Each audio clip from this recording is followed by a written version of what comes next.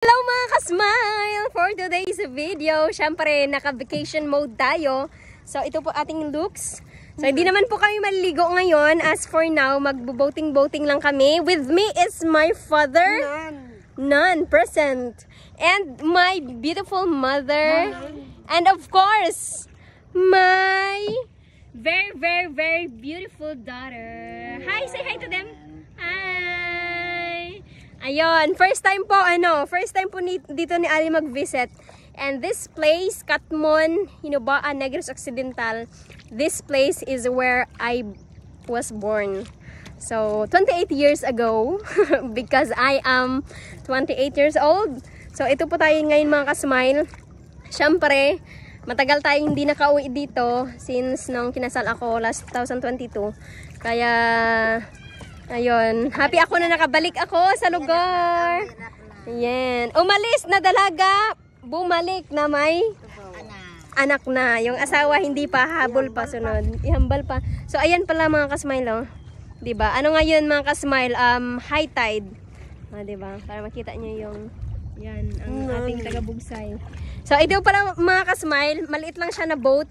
Ito mismo, si Papa mismo yung gumawa kasi mabilis siya gumawa ng boat. And gumagawa din siya ng pump boat, mas malaki sa boat.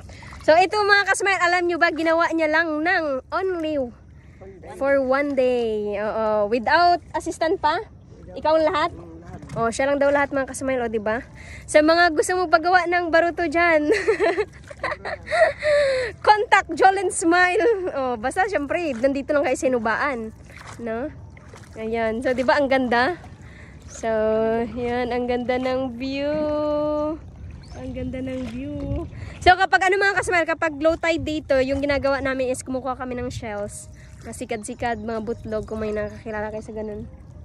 Masarap mag-swimming ngayon, pero wala tayo sa mood mag-swimming kasi yung attire natin is hindi naman pang swimming at medyo hapon na. Siyempre, kapag mag-swimming kami, isama na yung baby. Ano masabi mo, Mother Earth? Ang masabi ko ngayon, ang saya-saya ko na kasi nandito na ikaw at hindi ikaw nag-iisa, mayroon ng kasama na apo ko na maganda. Yay! Mga ka-smile, support Nanay Leon. Nanay Lion.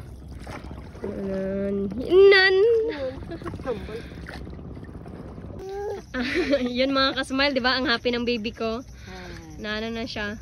Na-enjoy niya na yung view. So, dito pala tayo mga ka-smile sa tree house. So, may tree house po dito. Ayan. Nakita nyo. So, papunta na tayo doon ang tree house. Ayan. Malapit na.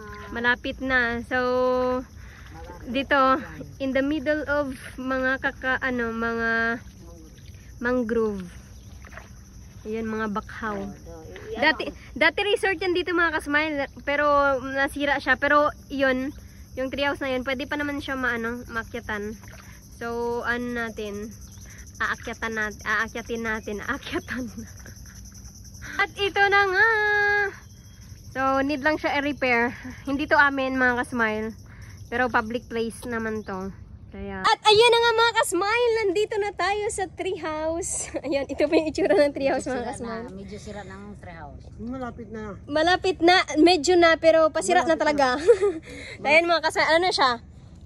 Public place ito na ginawa. Sa gitna ng mga mangrove. Ayun, ang ganda na dito. Sobrang peaceful. Napakatahimik.